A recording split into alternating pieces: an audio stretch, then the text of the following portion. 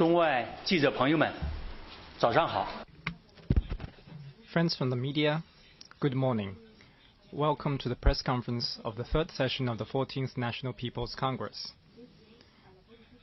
On this press conference, we'll brief you about China's foreign policy and external relations. We are pleased to have with us Mr. Wang Yi, member of the Political Bureau of the CPC Central Committee and Director of the Central Foreign Affairs Commission. Now the floor is yours, Mr. Wang Yi. Friends from the media, good morning. I'm very pleased to meet you again.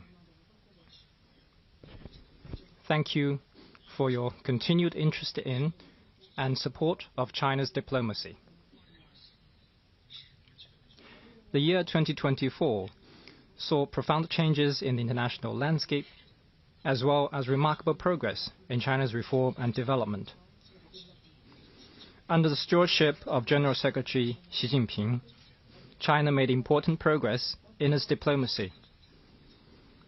We fostered a good external environment for China's high-quality development, brought much-needed stability to a changing and turbulent world, and made new and solid strides in building a community with a shared future for mankind.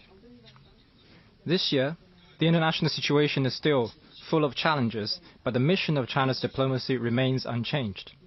We will, along with other countries, continue to uphold what is right, steer the direction of our era, defend international fairness and justice, and safeguard world peace and stability. With that, I'm ready to take your questions. Thank you.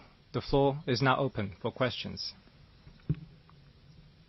第一个问题，请中央广播电视总台康辉先生提问。谢谢主持人，王毅班长您好。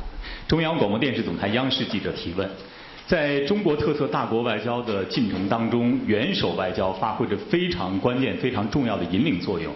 您能否具体介绍一下元首外交在过去这一年取得了哪些成果？今年还会有哪些看点？谢谢。China Central Television. Could you walk us through what China's head of state diplomacy has achieved in the past year, and what highlights can we expect in the year ahead? Head of state diplomacy is the highest form of China's diplomacy.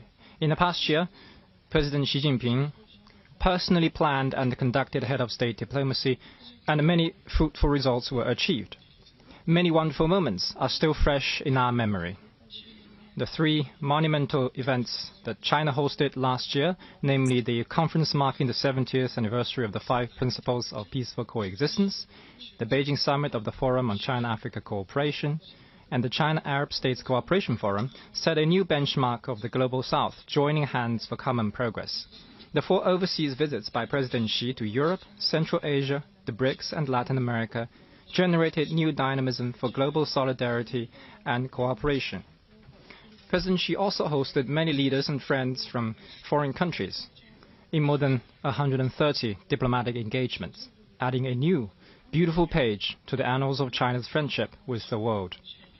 President Xi Jinping, as the leader of a major country and a big political party, has shown a global vision and shouldered the responsibility of our time, and led China's diplomacy in upholding fundamental principles, breaking new ground, and making steady progress.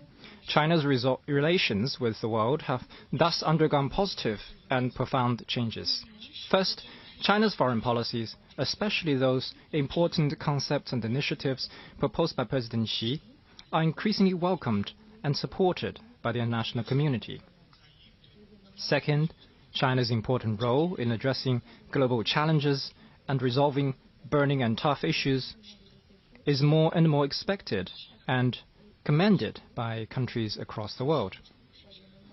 Third, the success of Chinese modernization and the inspiration it offers are increasingly recognized and emulated by more and more countries.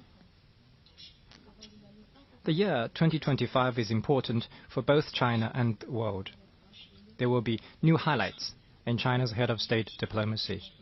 Last month, President Xi attended the opening ceremony of the Asian Winter Games, marking the beginning of the diplomatic events that China will host this year. We will solemnly commemorate the 80th anniversary of the victory in the Chinese People's War of Resistance against the Japanese aggression and the World Anti-Fascist War, and hold a series of major events, including the Shanghai Cooperation Organization Summit. President Xi is expected to make a number of overseas visits. Head of state diplomacy will write a new chapter of closer cooperation and shared success between China and the world. Thank you. 中区第3排第3位塔斯社的记者，请提问。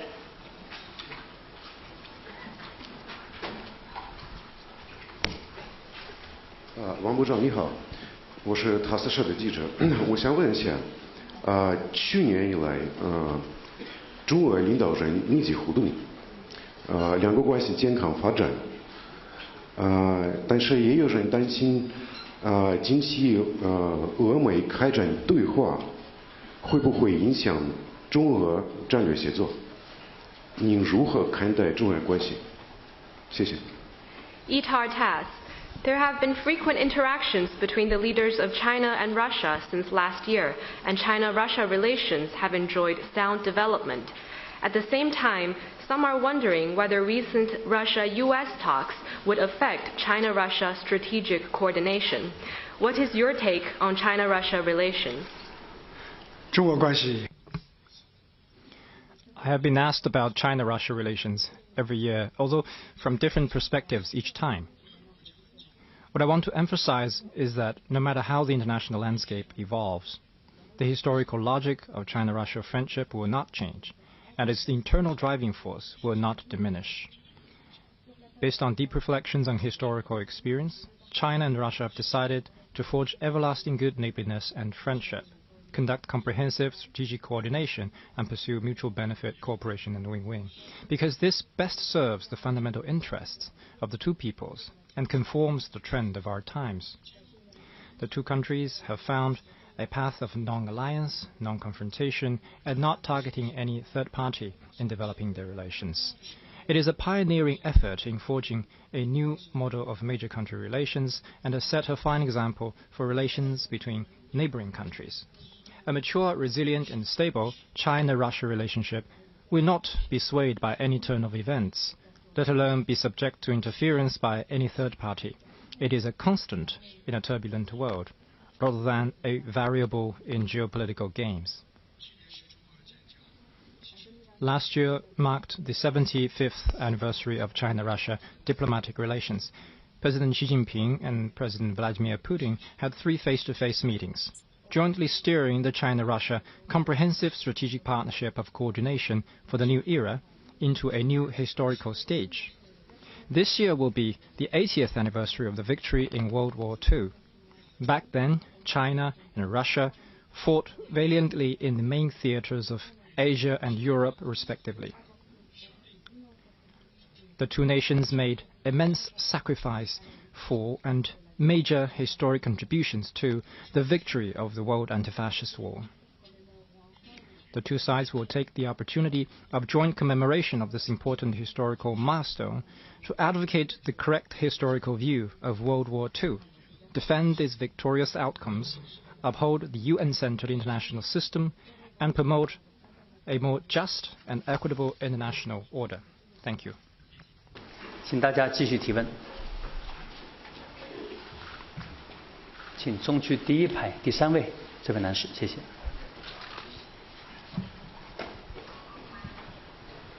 谢谢主持人。外长您好，我是新华社记者。您刚刚提到2024年的中国外交为动荡不安的世界注入了宝贵的稳定性。2025年的国际形势可能会更加的变乱交织，您觉得中国外交又将发挥怎样的作用？谢谢。Xinhua News Agency. You said that China's diplomacy brought much needed stability to a changing and turbulent world in 2024. As more transformation and chaos are expected in 2025, what role will China play in the world on the diplomatic front?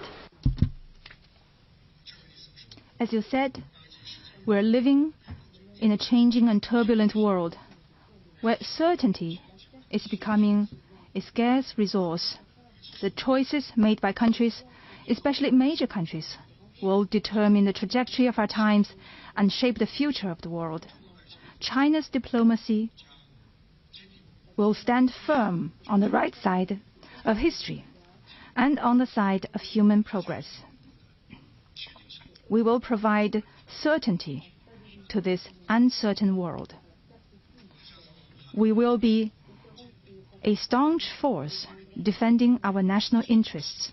The Chinese people have a glorious tradition of relentlessly seeking self-renewal. We never provoke, and we are not intimidated by provocations.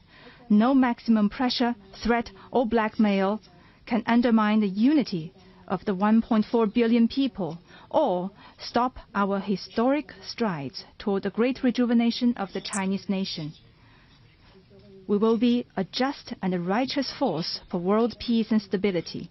We will continue to expand our global partnerships featuring equality, openness, and cooperation, actively use the Chinese approach in resolving hotspot issues, and write a new chapter of the Global South seeking strength through unity.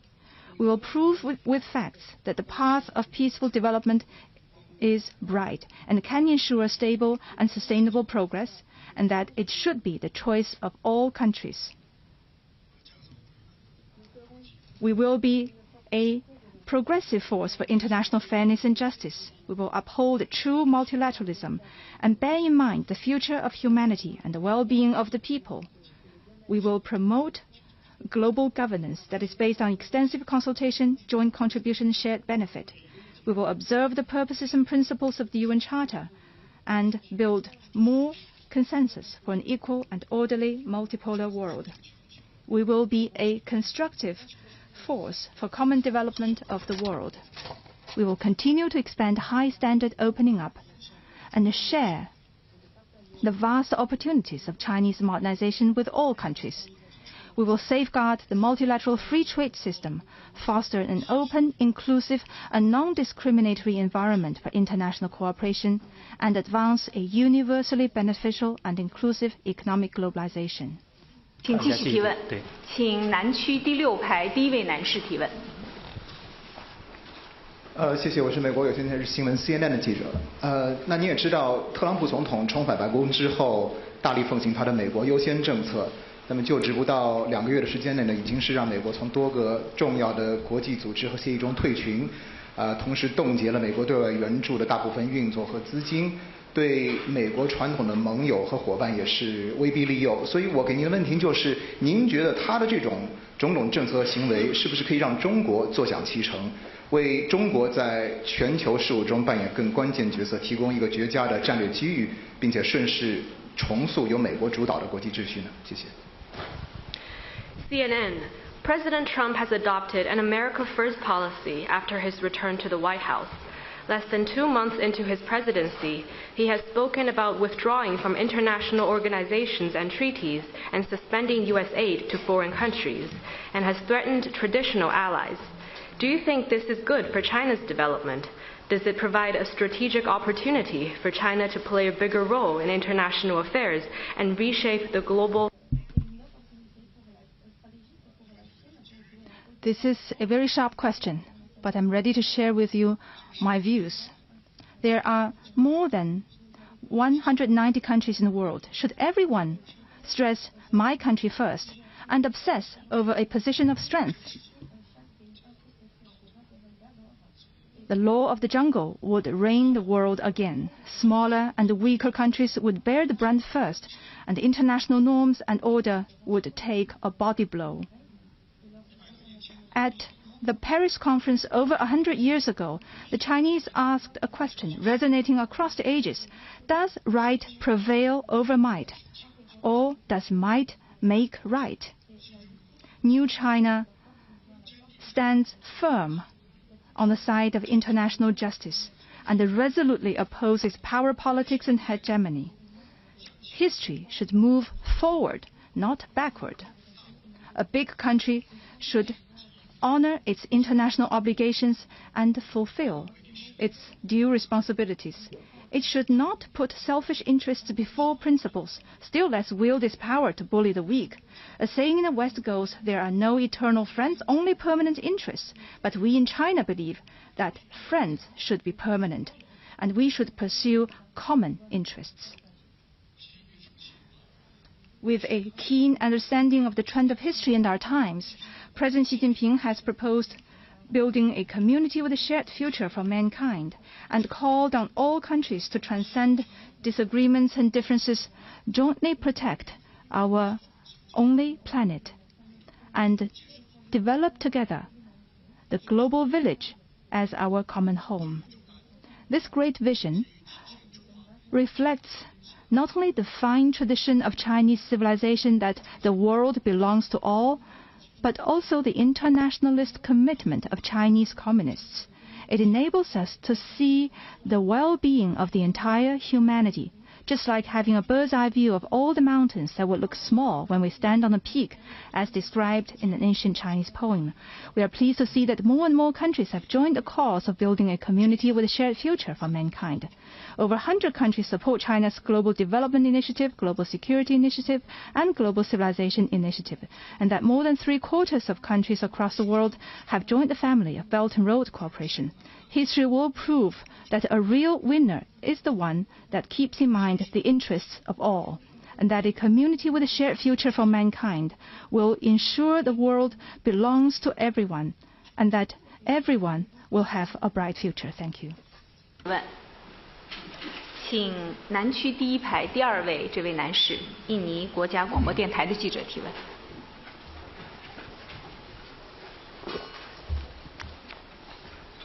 Thank you. I'm from Radio Republic Indonesia. My question is, developing countries and small and medium-sized countries are more likely to become victims in an increasingly unstable and unpredictable world. What do you think Global South countries can do to safeguard their own interests amid the current international landscape? Thank you. 印尼国家广播电台，世界越不稳定、不确定，发展中国家和中小国家就越容易沦为牺牲品。您认为当前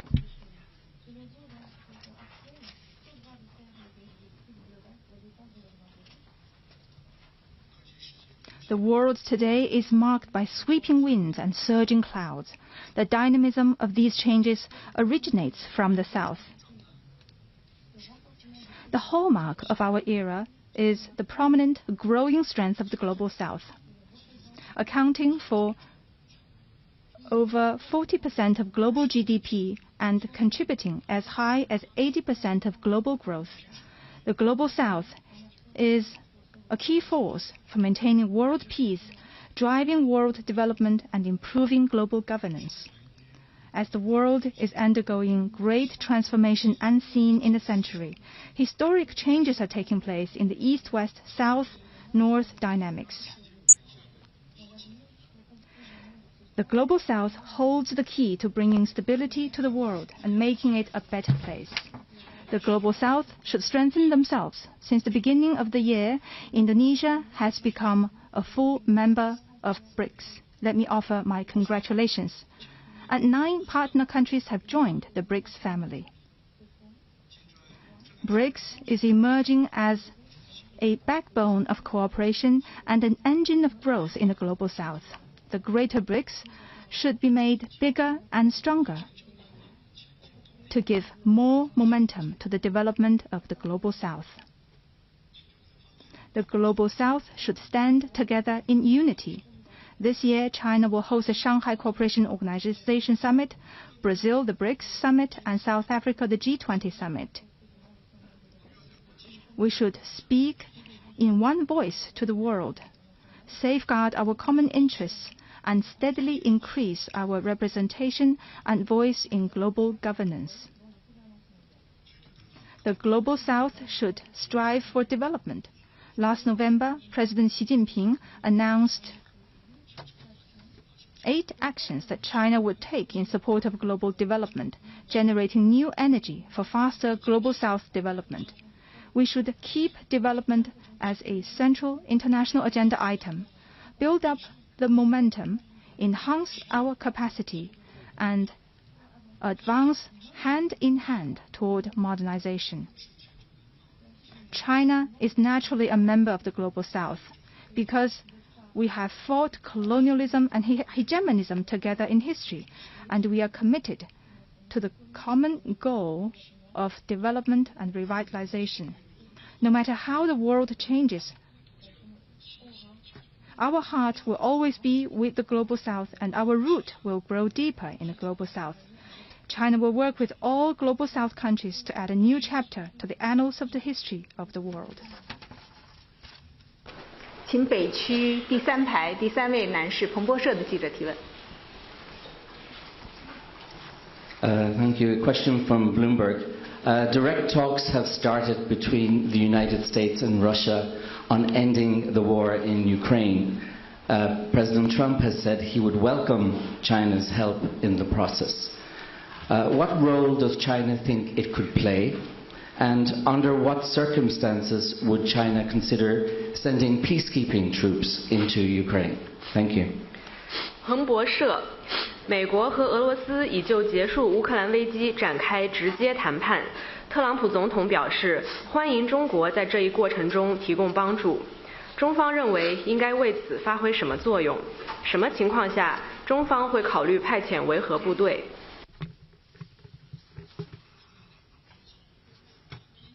Since the first day of the crisis, China has been calling for political settlement through dialogue and negotiation, and has been actively working for peace and pushing for talks. Shortly after the eruption of the crisis, President Xi Jinping put forth 4 points on what must be done, an important proposition pointing out the way for our efforts. Hence, China released its position paper on the crisis, sent its special representative for shuttle diplomacy, and initiated the Group of Friends for Peace at the United Nations, together with Brazil and other Global South countries. Our stance has always been objective and impartial. Our voice has always been calm and balanced, and our purpose is to create conditions and build consensus for resolving the crisis. China welcomes and supports all efforts for peace. At the same time, it is also important to see the complexity of the causes of the crisis. As the Chinese proverb puts it, it takes more than 1 cold day to freeze 3 feet of ice. Likewise, melting that thick ice cannot be done overnight. No one wins in a conflict, but everyone gains in peace. The negotiation table is where the conflict ends and peace starts. Although the relevant parties have not had their positions fully aligned, they all hope to have a fair and durable peace deal that is binding and accepted by all the parties concerned. And that is a valuable common point, and all the parties should jointly strive for it. China is ready to work with the international community in light of the wills of the parties to the conflict to continue to play a constructive role in resolving the crisis and realizing lasting peace. One last point on the question. The Ukraine crisis has been dragging on for over 3 years. In hindsight, the tragedy could have been avoided. All parties should learn something from the crisis. Among many others, security should be mutual and equal, and no country should build its security on the insecurity of another. We should advocate and act on the new vision of common, comprehensive, cooperative, and sustainable security. And that is the way to truly realizing lasting peace and security on the Eurasian continent and across the world. Thank you. 请大家继续提问。请南区第3排第1位女士。是的，田薇。谢谢主持人。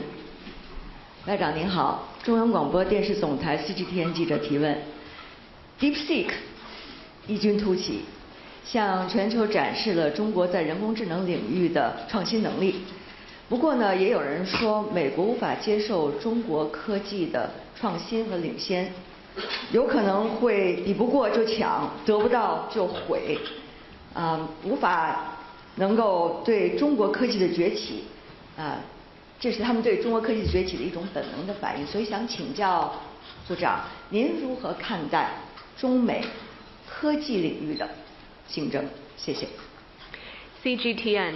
The impressive emergence of DeepSeek showcases China's innovation capability in AI. Some say that the U.S. finds it unacceptable to let China get ahead in science and technology. Its instinctive response to China's technological rise is, if you can't win, just snatch it. If you can't get it, just destroy it. What is your view on China-U.S. competition in science and technology?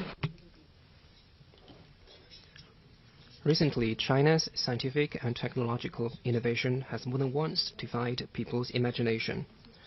From breakthroughs in atomic bombs, missiles, and satellites decades ago to the Shenzhou space missions, to the Chang'e lunar exploration program, and to 5G, quantum computing, and DeepSeek. Generations of the Chinese people have never stopped in their endeavor for innovation, and we're witnessing an ever-expanding horizon for China to become a sci-tech powerhouse. Admittedly, the journey has not been smooth, be it missile technology, space science, or chip making. Unjustified external suppression has never stopped. But where there is blockade, there is breakthrough. Where there is suppression, there is innovation. And where there is the fiercest storm, there is the platform launching China's science and technology skyward, like the Chinese mythological hero哪吒soaring into the heavens. As well put by an ancient Chinese verse, no mountain can stop the surging flow of the mighty river.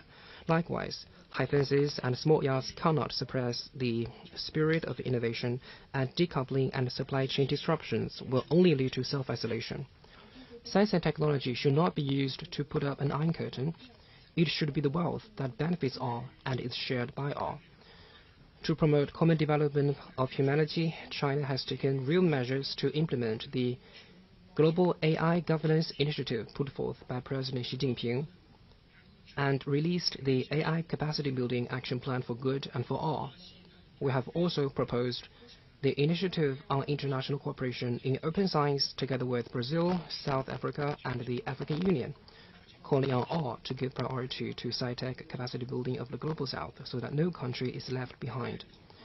We're ready to share the fruits of our innovation with more countries and jointly explore the mysteries of the stars and oceans. Thank you.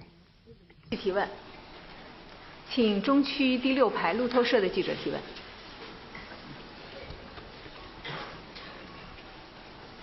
Good morning. I'm from Reuters. Trump has returned to the White House, and immediately he has imposed fresh tariffs on China over fentanyl. At the same time, he wants to build a good relationship with China.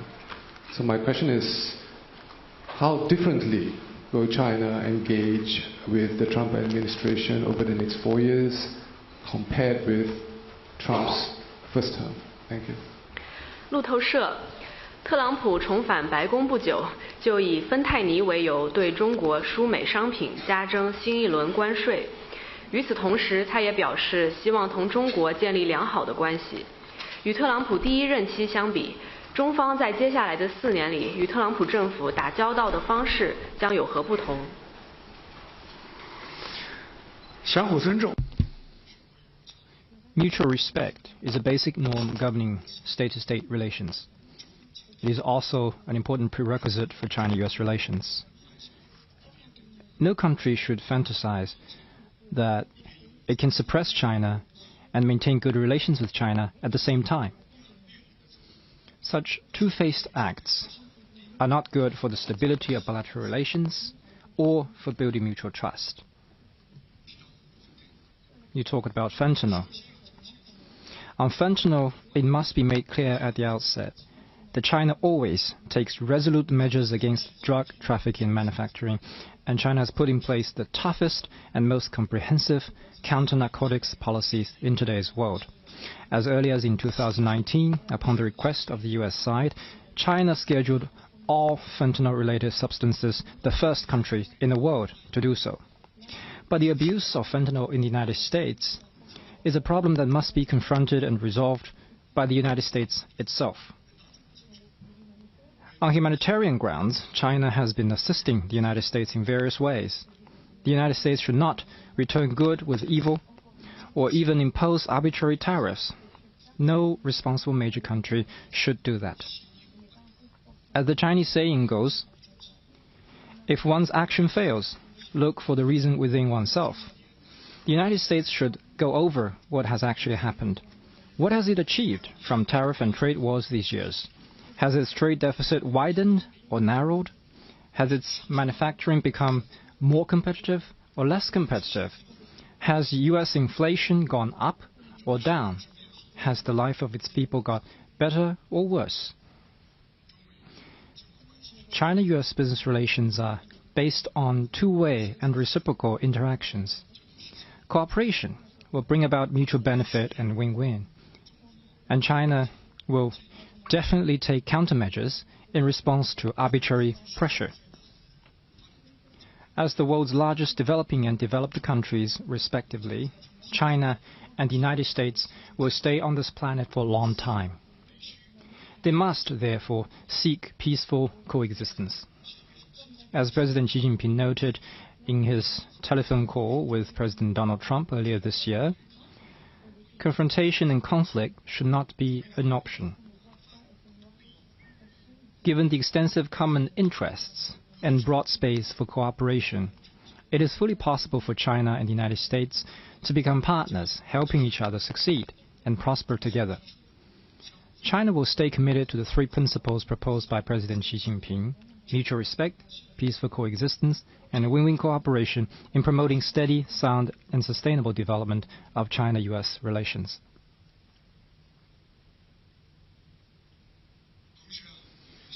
At the same time, we hope that the U.S. side will listen to the calls of the two peoples, see clearly the trend of the times, take an objective and rational view of China's development, engage proactively with China in practical exchanges, and work together with China to pursue the right way of getting along with each other to the benefit of the two countries and the whole world. Thank you.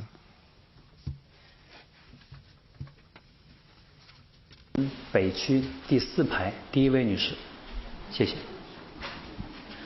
谢谢王外长您好，人民日报记者提问。我们知道今年是上海合作组织中国年，请问您如何评价现阶段上合组织所发挥的作用？中方在担任轮值主席国期间将提出哪些方案？今年将在中国举行的上合峰会又将讨论哪些问题？谢谢。People's Daily. This year is the Shanghai Cooperation Organization's China Year. How does China see the current role of the SCO? What proposals will China put forward during its presidency? And what topics will be discussed at the upcoming SCO summit in China? Indeed, this year is SCO's China Year. The SCO was born in China and named after Shanghai. This means something special to us. We are very pleased to welcome it home.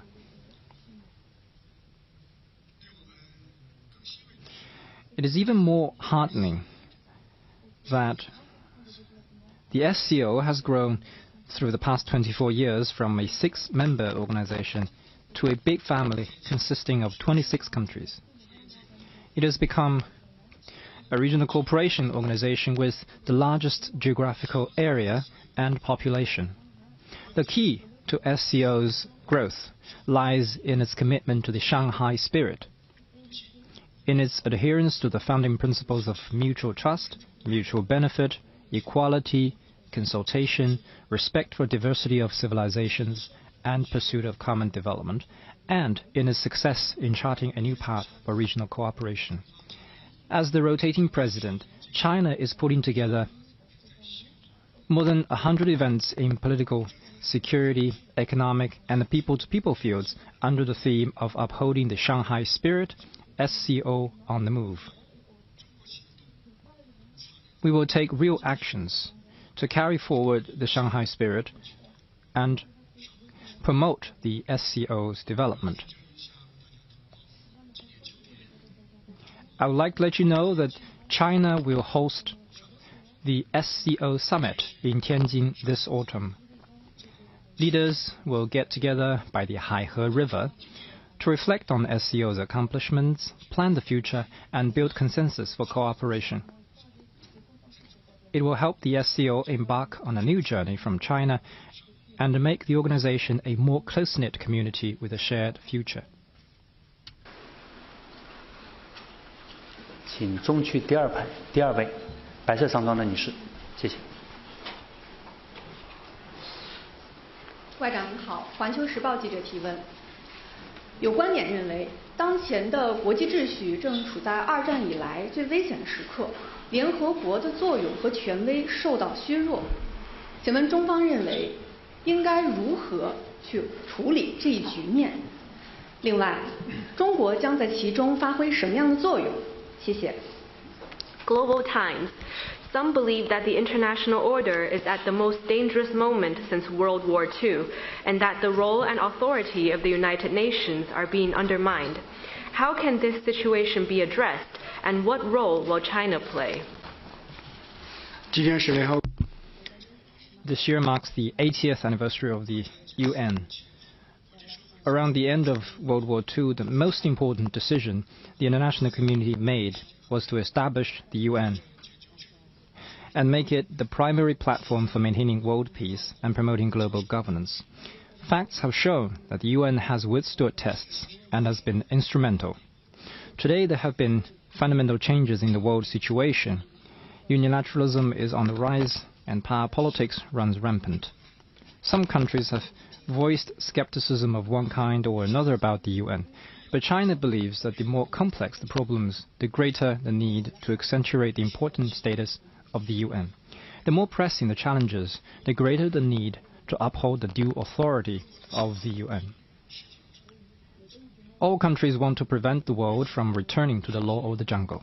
To this end, the first thing to do is to cement the cornerstone of sovereign equality. All countries, regardless of their size and strength, should be recognized as equal members of the international community. Those with stronger arms and bigger fists should not be allowed to call the shots. Second, the principle of fairness and justice must be upheld. International affairs must not be monopolized by a small number of countries. Greater attention should be given to the voice of the global south. The legitimate rights and interests of all countries should be fully protected. Third, multilateralism must be observed.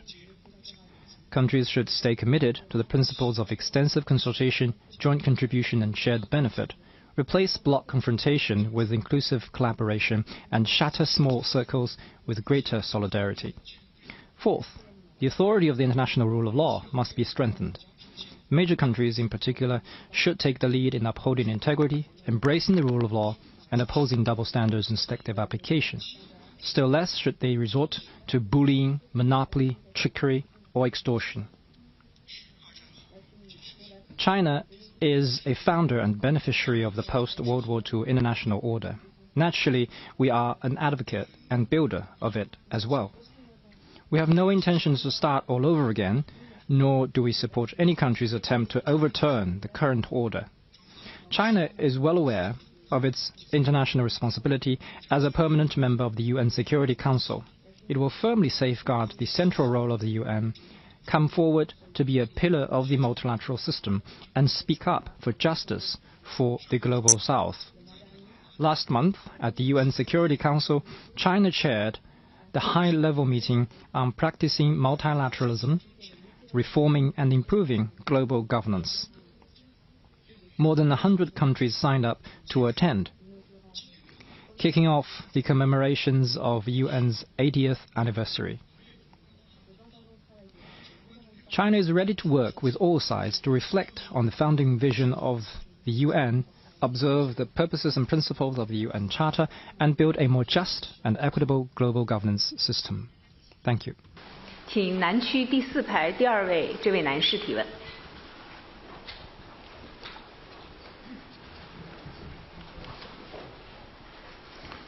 Thank you, Foreign Minister. This is a question for Anadolu Agency, Turkey. I want to ask you about U.S. President Donald Trump announced his plans to take over and own Gaza and resettle the Palestinians living there to neighboring countries. So this plan was announced last month. I wonder, what do you think about this plan, this U.S. plan, and future development of Gaza? and what role China might play in for the peace and stability in the Middle East? Thank you. 土耳其阿纳多卢通讯社，特朗普总统上个月宣称将接管并拥有加沙地带，将居住在这一地区的巴勒斯坦人迁至邻近国家。您如何看待美方的这一计划和加沙地带的未来发展？中方在中东和平稳定中扮演什么角色？你替前面那个阿拉伯小伙子。You actually raised the question for the Arab guy before you, and on behalf of all the brothers and sisters of the Arab world, and I think it's a very good question. Gaza belongs to the Palestinian people. It is an inseparable part of the Palestinian territory. Changing its status by forceful means will not bring about peace, but only new chaos. We support the plan for restoring peace in Gaza, initiated by Egypt and other Arab countries. The will of the people must not be defied, and the principle of justice must not be abandoned. If the major country truly cares about the people in Gaza, it should promote comprehensive and lasting ceasefire, ramp up humanitarian assistance, observe the principle of Palestinians governing Palestine, and contribute to the reconstruction in Gaza. Without Middle East peace, the world will not be stable. The Palestinian question has always been at the heart of the Middle East issue. The Israeli-Palestinian conflict takes place again and again simply because the two-state solution is only half achieved. The state of Israel has long been a reality, but the state of Palestine is still far beyond reach. Going forward, the international community should focus more on the two-state solution and give more support to independent statehood for Palestine. Only then could Palestine and Israel truly coexist in peace, and the Arab and Jewish peoples live side by side in enduring amity. To this end, first, all Palestinian factions need to deliver on the Beijing Declaration to achieve unity and self-strengthening.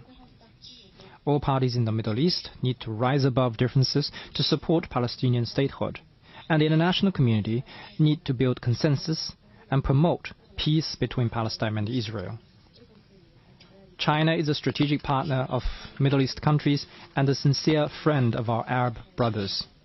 We will continue to strive resolutely for justice, peace, and development for the Middle East people, and support countries in the region in taking their future in their own hands, independently exploring their development path, and realizing the dream of peace and revitalization at an early date. Thank you. 是第一排中间这位女士提问。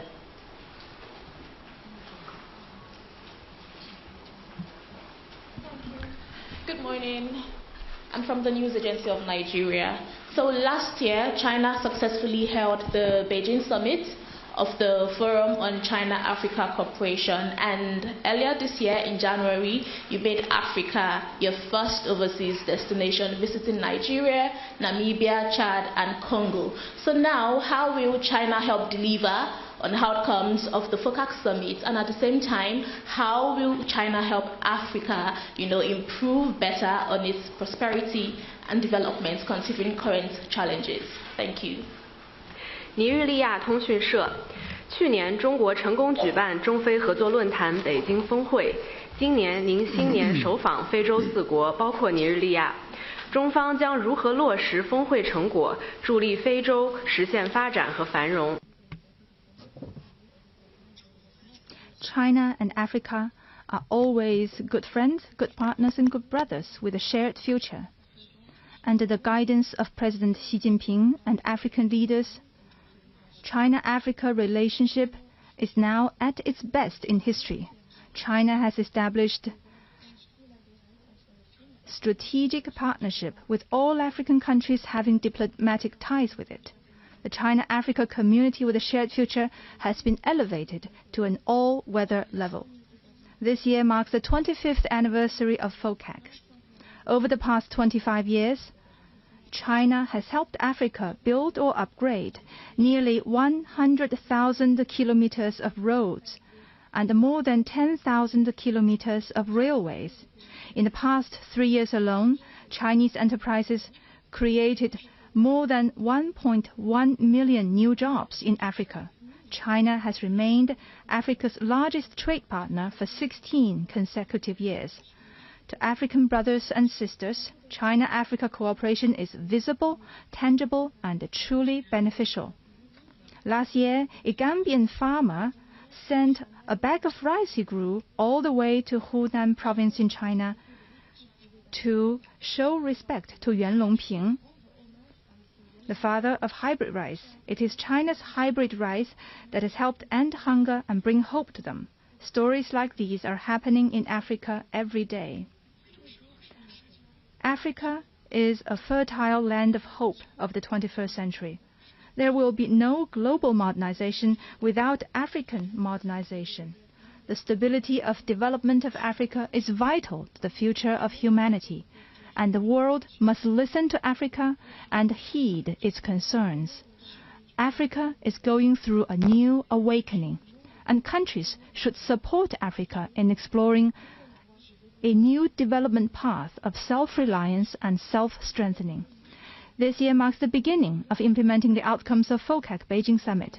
China stands ready to deliver on the 10 partnership actions for China and Africa to jointly advance modernization, including supporting Africa in accelerating its industrialization and agricultural modernization, implementing zero tariff treatment for 100% tariff lines, fostering new growth drivers like digital, green, and AI industries, promoting 1,000 small and beautiful livelihood projects, enhancing governance experience sharing, and raising the representation and voice of Africa in international affairs.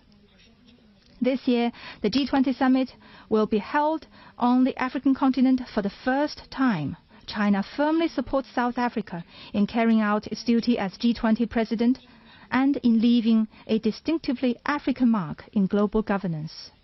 请大家继续提问。第一排第3位女士，谢谢。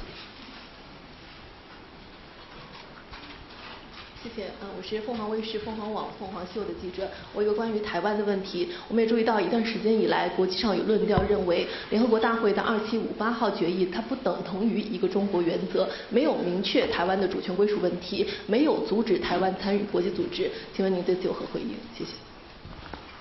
Phoenix TV.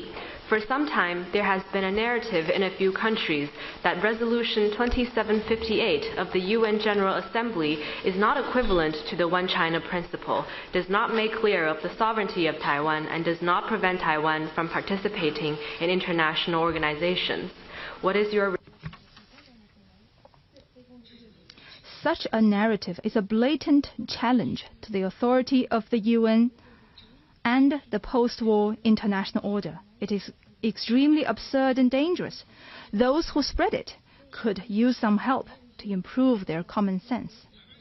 Taiwan is an inalienable part of China's territory. This is the history and the reality. This year marks the 80th anniversary of the recovery of Taiwan. 8 decades ago, the victory of the Chinese People's War of Resistance against Japanese aggression put Taiwan back under China's sovereign jurisdiction.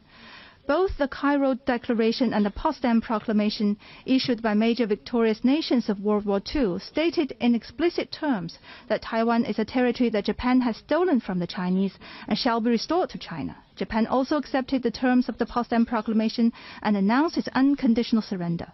All these have confirmed China's sovereignty over Taiwan and formed an important part of the post-war international order.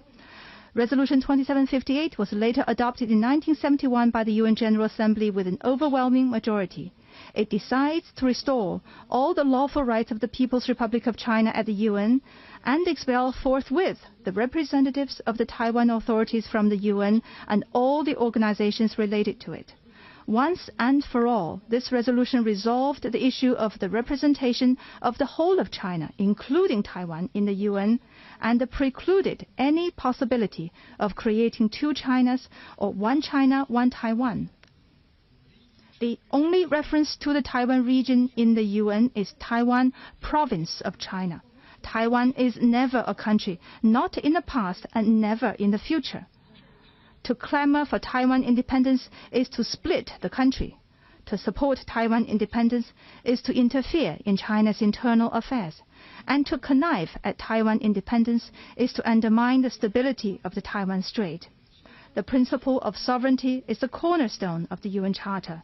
No country or individual should adopt any kind of double standard.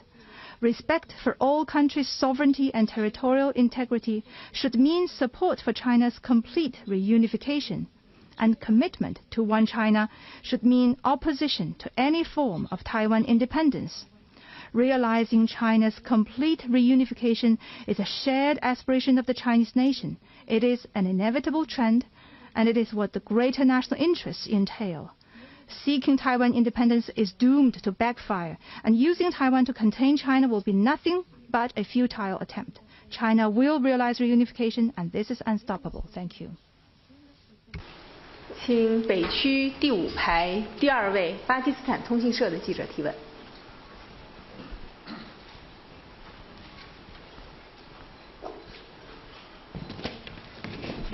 I represent Associated Press of Pakistan.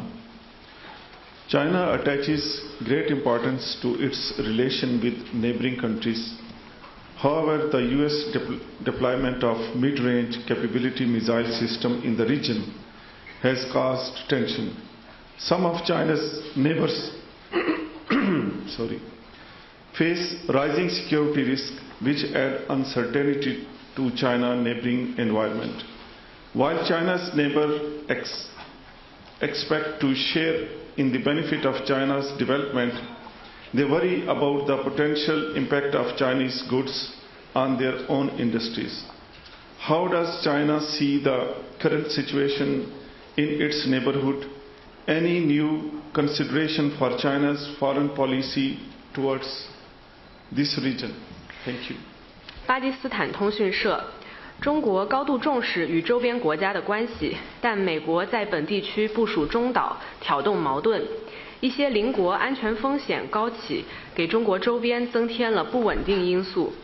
周边国家期待分享中国发展的红利，但也担心中国商品对本国产业带来冲击。中国如何看待？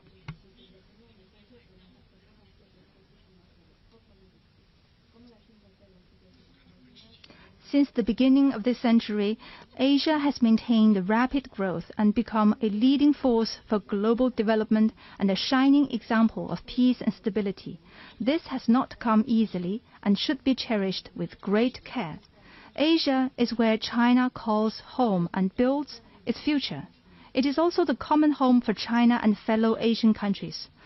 Following the principle of amity, sincerity, mutual benefit, and inclusiveness on neighborhood diplomacy put forward by President Xi Jinping, China has opened up new prospects in developing friendship and cooperation with its neighbors. To date, China has reached common understanding on building a community with a shared future with 17 neighboring countries in 2 clusters in the Indochina Peninsula and Central Asia, respectively. In our neighborhood, we have signed Belt and Road cooperation agreements with 25 countries and remained the largest trading partner of 18 countries. Today's China is an anchor of stability, engine of economic development, and pillar of regional security in Asia. That said, it is common for neighbors to not agree on everything. Issues left from the past and the conflict of immediate interests should both be properly handled. But we believe that harmony is key to a prosperous family in all endeavors.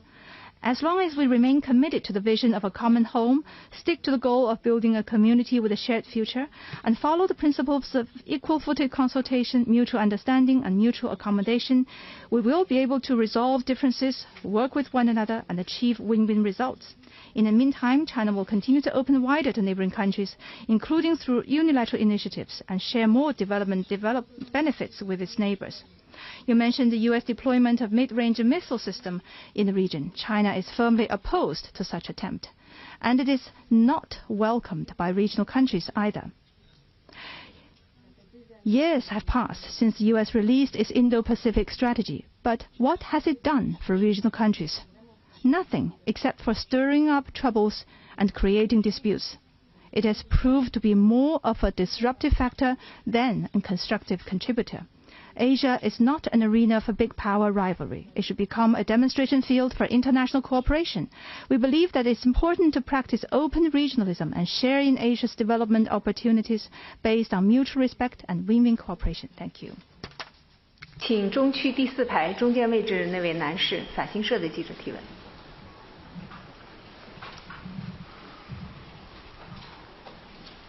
Thank you. Good morning, Foreign Minister. Question from AFP.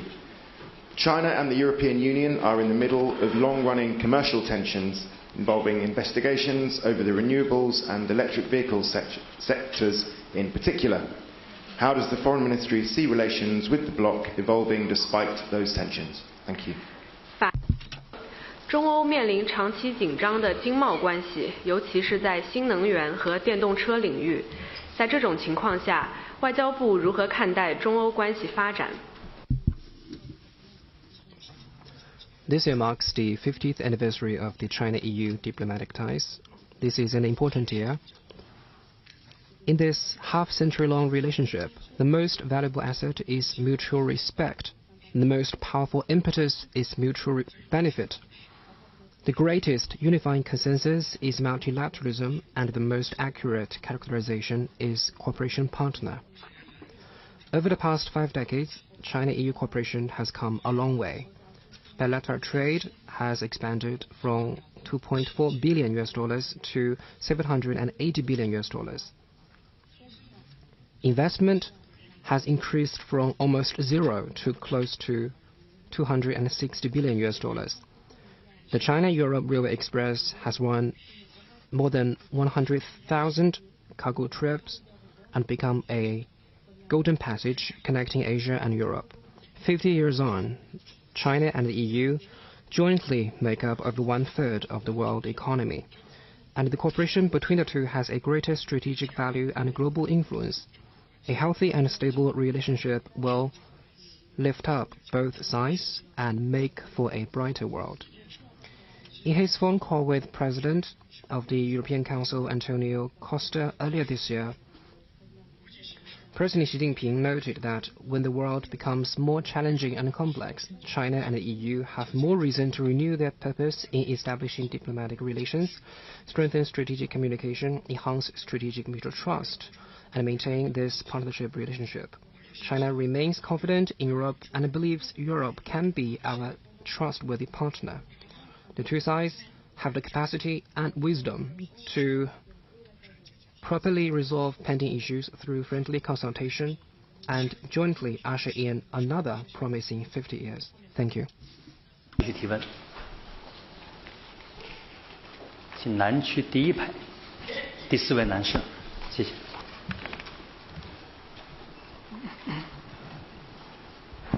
好，谢谢主持人。王毅外长你好，我是中国日报记者。我有一个关于民调的问题。去年马来西亚莫迪卡民调中心和新加坡有所福伊萨东南亚研究所的民调显示，东南亚民众对华好感度大幅上升。那么与此同时呢，美国民调机构皮尤研究中心的一项调查显示，相较于欧美国家，东南亚、非洲、拉美等全球南方国家更愿意给予中国正面评价。请问您如何看待有关民调结果和其中的差异？谢谢。China Daily. Last year, surveys conducted by the Merdeka Center in Malaysia and the Singapore-based ISIS Yusof Ishak Institute showed that Southeast Asian people's favorability toward China has risen significantly. According to a poll by America's Pew Research Center, compared with European countries and the US, the global South countries in Southeast Asia, Africa, and Latin America hold more positive views of China. What do you make of the survey results and the divergent attitude toward China? Friendship between the people is the foundation for bilateral relations and motivation for peace. As China sustains socio-economic development and expands high-standard opening up, we have seen more frequent exchanges and closer ties between the Chinese people and people of other countries. You mentioned that people in the Global South view China positively. This is indeed the case. China has always engaged with other developing countries with sincerity and in good faith. Our people share a natural affinity and empathy with each other. Meanwhile, I also noticed that among people from developed countries, discovering and embracing China is also becoming a trend. By traveling to China or through social media interactions, more people have seen a China that is safe, open, and modern, and got to know the friendly, open-minded, and witty Chinese people. A young man from America said he had received profound positivity from the Chinese people. The people have come to their conclusion, and it is like sunshine that dispels the mist of prejudice. Heart-to-heart communication has the power to break down all barriers. It is time to get rid of the information cocoon and take off the tinted glasses, and people of all countries are welcome to see with their own eyes a real and vivid China and feel with their heart the dynamism and drive of the 1.4 billion Chinese people. Thank you. 请北区第一排第3位男士提问。谢谢主持人，王毅外长您好。共同社记者提问：自去年11月，日本首相石破茂与习近平主席在秘鲁会见之后，以日本外相财界代表团先后访华开始，两国之间的往来越来越活跃。但是，两国之间还存在很多问题。请问王毅外长对当前的两国关系有什么看法？为了全面推进两国首脑之间达成的这种战略互惠关系，今后预计还会推出哪些举措来促成两国合作？日方请求中国尽快解除禁令，重新进口日本水产品。对于日方关于恢复进口、安心再换营商等方面的担忧和期望，中方是否有意积极回应？谢谢。Kyoto News. Japanese Prime Minister Shigeru Ishiba met with Chinese President Xi Jinping in Peru last November. This was then followed by visits to China by the Japanese Foreign Minister and business leaders. China-Japan ties are warming, but issues remain. How would you comment on the current relationship? What more can we expect in measures to promote cooperation in order for this strategic relationship of mutual benefit to advance across the board? And does China have plans to respond favorably to Japan's concerns and expectations on issues concerning aquatic imports and China's business environment?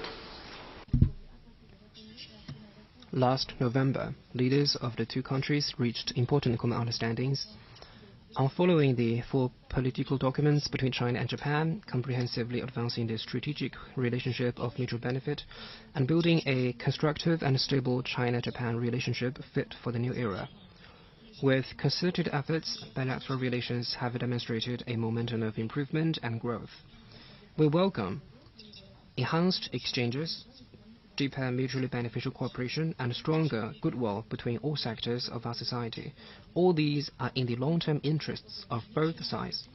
As for the specific concerns of the Japanese side in your question, China will handle them responsibly and properly in accordance with laws and regulations. Here, let me highlight another point. This year marks the 80th anniversary of the victory of the Chinese People's War of Resistance against Japanese aggression. To remember history, one can better shape the future. To forget history, one may lose his direction going forward. The Japanese militarists committed heinous crimes to the people in China and all over Asia. They brought immense suffering for the Japanese side as well. Guarding against the revival of militarism is a duty that Japan must carry out without a moment of relaxation. This is also the firm resolve of the Chinese and Asian people that will not be challenged. In a test of conscience and integrity, the right choice for Japan is to abide by the principles enshrined in its pacifist constitution and keep to the path of peaceful development. The One China principle is the political foundation for China-Japan relations. 80 years have passed since Taiwan returned to China, yet some unrepentant individuals in Japan are still working in the shadows with the so-called Taiwan independence forces. Here is our message for them. Stop the propaganda that a Taiwan emergency is a Japanese emergency. The truth is, to provoke trouble in the name of Taiwan is to invite trouble for Japan. There is a long history of ties between China and Japan. Japan knows best that China is a peace-loving country and a trustworthy neighbor with good intentions. For more than 1,000 years, China has meant opportunities, not threats, for Japan. What is the right way of being neighbors, and which is the right side of history? Faced with historical transformations, the bright minds in Japan need to think carefully about these questions and follow good advice. Thank you. 请南区第3排这位男士，巴西圣保罗夜报的记者提问。Thank you. The American Secretary of State made his first trip to Latin America last month and threatened to take measures against Panama if it didn't distance itself from China. Other countries in the region have also been threatened. What will China do to counter this pressure? And will this be a topic at the upcoming China Select Forum? 巴西圣保罗夜报。上个月，美国国务卿首访拉丁美洲，并威胁称，如果巴拿马不与中国保持距离，美国将对巴拿马采取措施。拉美其他国家也受到了类似的威胁。中国将如何应对这种压力？这会成为即将召开的中拉论坛的一个议题吗？ China's cooperation with Latin American and Caribbean, or LAC countries, is South-South cooperation. There is only mutual support, no geopolitical calculations. In its engagement with LAC countries, China follows the principles of equality and mutual benefit, and never seeks sphere of influence or targets any party. What people in LAC countries want is to build their own home, not to become someone's backyard. What they aspire to is independence and self-decision, not the Monroe Doctrine.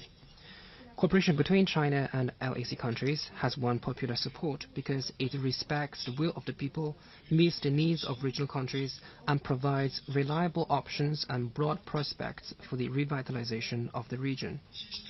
In the new era, under the guidance of President Xi Jinping and the leaders of LAC countries, and boosted by the China CELAC Forum, we have produced fruitful outcomes in building the China-LAC community with a shared future and delivered benefits to all our people.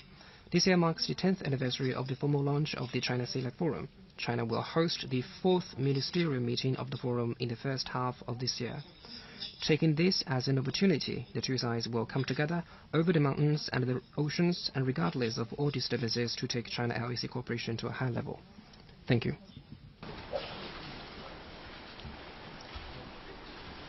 请北区第2排举手的这位男士，谢谢。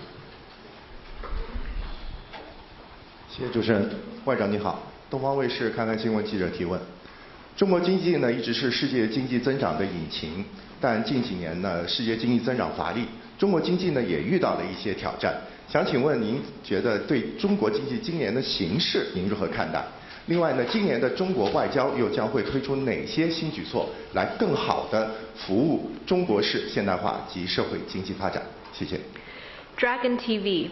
For years, China has been a growth engine for the world, but in recent years, the global economy has been weak, and the Chinese economy has encountered challenges. What do you think of China's economic performance this year, and what measures can we expect from the diplomatic front to facilitate Chinese modernization and China's economic and social development?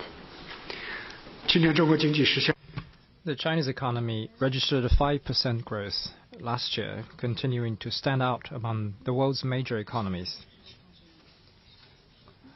And we pulled it off amid a nationwide push for green transition, amid lackluster growth worldwide, and amid unilateral sanctions and suppression from the United States and others.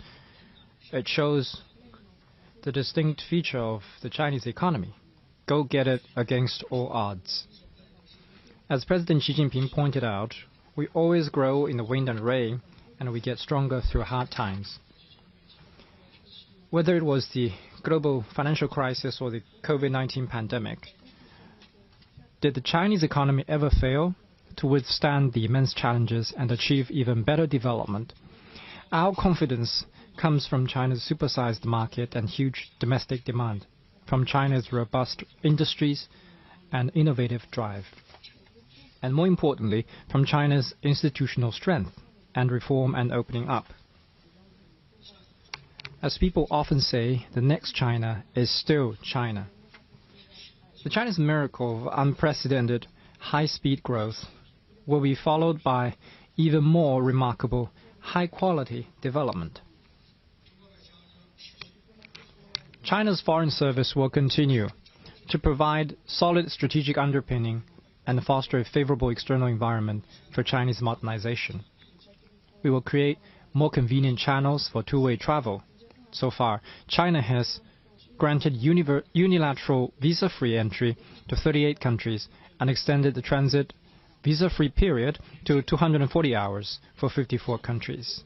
More countries may join our visa-free circle of friends, sustaining the popularity of China travel around the world. We will introduce more efficient foreign affairs services, coordinate resources at different levels, innovate and upgrade MFA's signature program of presenting the provinces of China, and build bridges of cooperation in China's further opening up. We will work for a better business environment, steadily expand institutional opening up, advance voluntary opening up in an orderly manner, continue unilateral opening up to the least developed countries, further cut down the negative list, lower the threshold of market access, and keep China as the go-to partner for international cooperation. Thank you. 请中区第二排第二位女士提问。王部长好，新加坡联合早报。请问中国和亚细安国家在南中国海行为准则的磋商上有什么新的进展？目前主要有哪些阻力？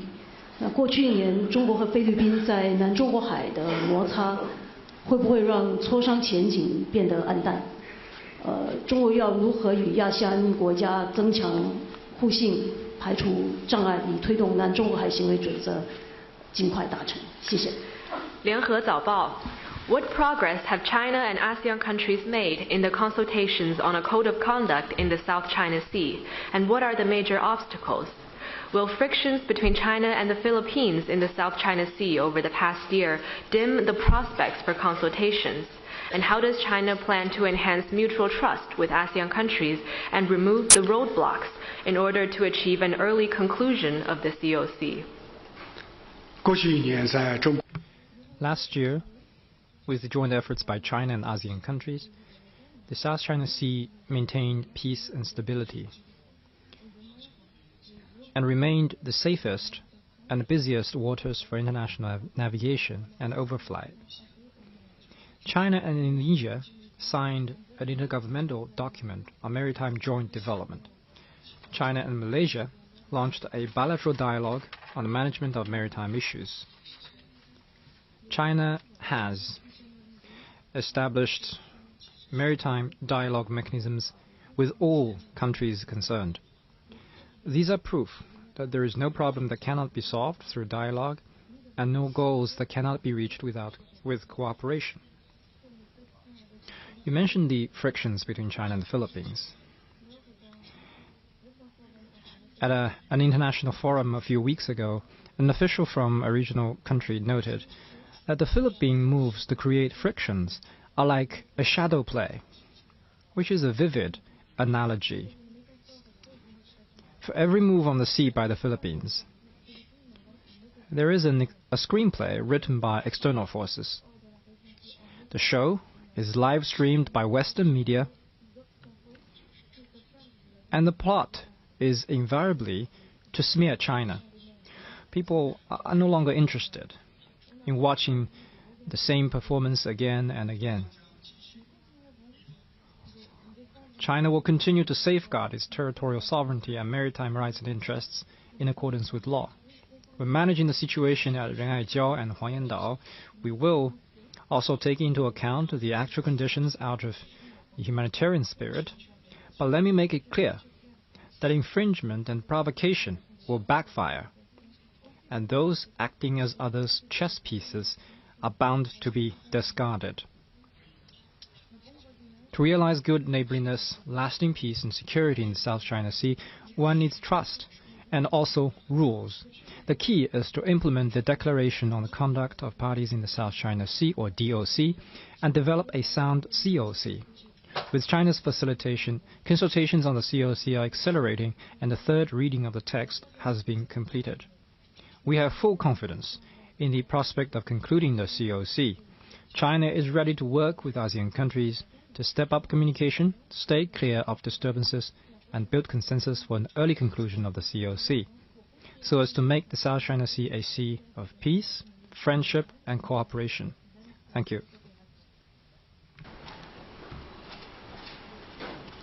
请中区第5排第2位男士，谢谢。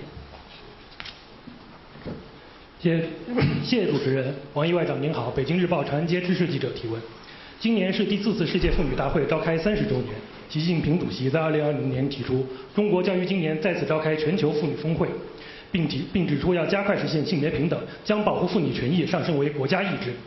您可否介绍会议筹备进展？中国将为世界妇女事业发展做出怎样的新贡献？谢谢。 Beijing Daily. This year is the 30th anniversary of the 4th World Conference on Women.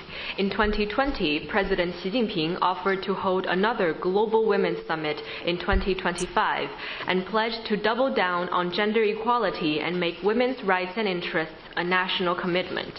Could you brief us on the preparations? How will China further contribute to the advancement of the global cause of women's development? It will be the International Women's Day tomorrow. Let me take this opportunity to express my warm greetings to all women on this special day. In 1995, the 4th World Conference on Women was held in Beijing.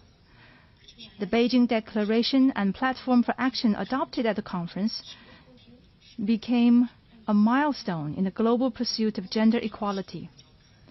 On the occasion of its 30th anniversary and as a follow-up to President Xi's proposal, China will convene a global leaders meeting on gender equality and women's empowerment in the latter half of this year.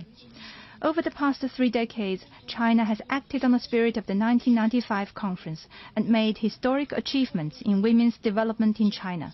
We have upheld gender equality as our basic state policy and carried out national action plans dedicated to the all-round development of women. Countless outstanding women have become role models of our times, making their important contributions to Chinese modernization. Over the past 3 decades, China has led the advancement of the global cause of women's development through concrete actions.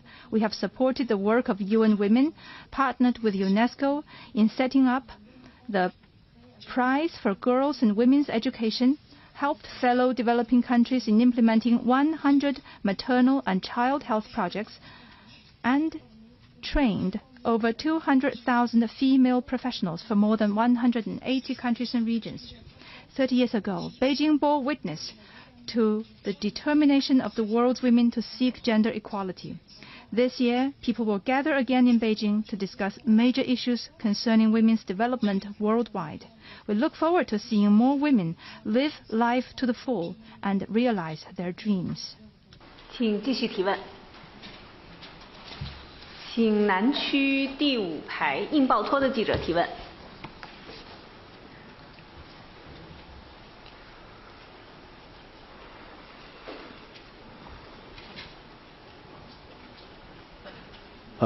Thank you, Mr. Foreign Minister. My question relates to India-China relations. The two countries finally managed to achieve a breakthrough last year after a prolonged, perhaps over 4 years of rather freezing relations. The leaders of the two countries met at Kazan last year on the sidelines of the BRICS followed by a series of meetings, including your own meetings with our National Security Advisor under the Special Representative for the Boundary Mechanism, as well as our own Foreign Minister, Dr. S. Jaishankar. So how do you see the relations progressing in this very turbulent times? We would like to hear your thoughts on the future of India-China relations as China sees it. Thank you. 印度报业托拉斯在印中领导人、外长、特代等高层互动的推动下，两国终于成功实现关系突破。您如何看待在当前全球剧烈变革的背景下两国关系的发展？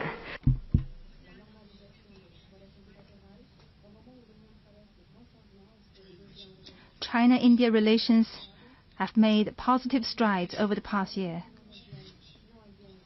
The successful meeting between President Xi Jinping and Prime Minister Narendra Modi in Kazan last October provided strategic guidance for the improvement and development of the bilateral ties.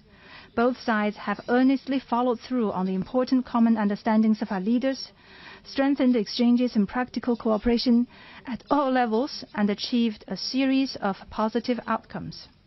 China and India are each other's largest neighbors. China always believes that the two should be partners that contribute to each other's success. A cooperative pas de deux of the dragon and the elephant is the only right choice for both sides. As the two largest developing countries, China and India have a shared task to accelerate our country's development and revitalization. There is every reason for us to support each other rather than undercut each other, work with each other rather than guard against each other. This is the path that truly serves the fundamental interests of the two countries and peoples.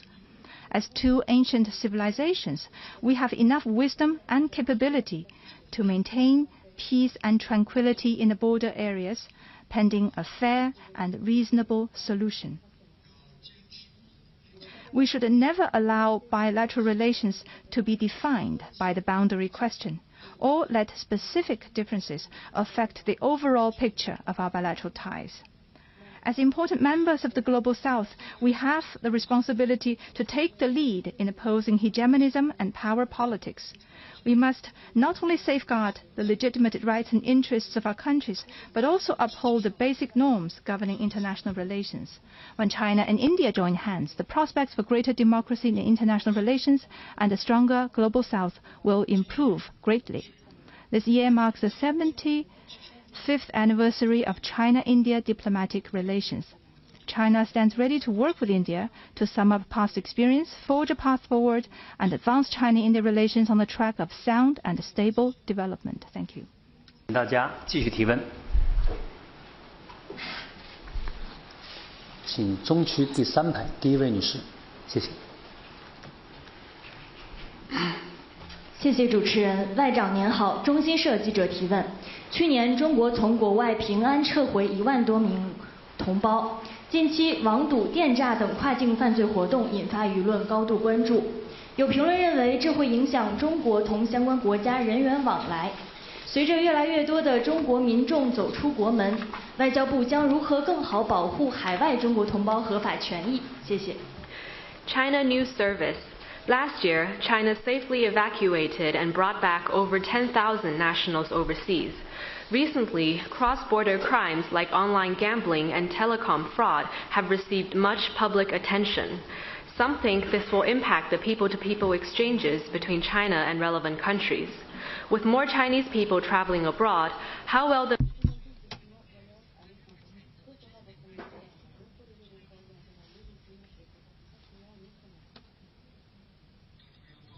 The Central Party leadership attaches great importance to the Chinese nationals overseas, and their well-being and safety has always been our priorities. In 2024, in addition to safely evacuating more than 10,000 Chinese citizens from Lebanon, Haiti, and other high-risk areas, we processed more than 50,000 consular protection cases,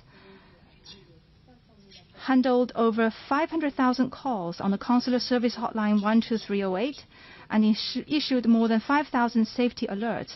Our goal is, no matter where you are, the motherland will never be far. Online gambling and telecom fraud is a matter of grave concern to the people, hence an issue that we must keep a firm hand on. Recently, thanks to the support from leaders of China and the neighboring countries, law enforcement authorities and diplomatic services have conducted effective cross-border cooperation and made all-out efforts to save stranded Chinese citizens.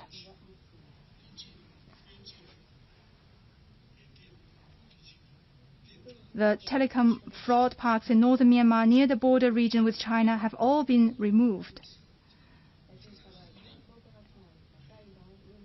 In the Thailand-Myanmar border region, China has joined forces with Thailand, Myanmar and Laos to crack down on telecom fraud.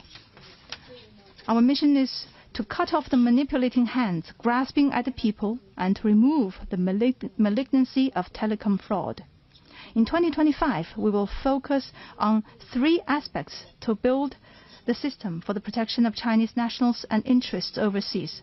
First, we will build an international cooperation platform for protecting the safety of overseas Chinese citizens.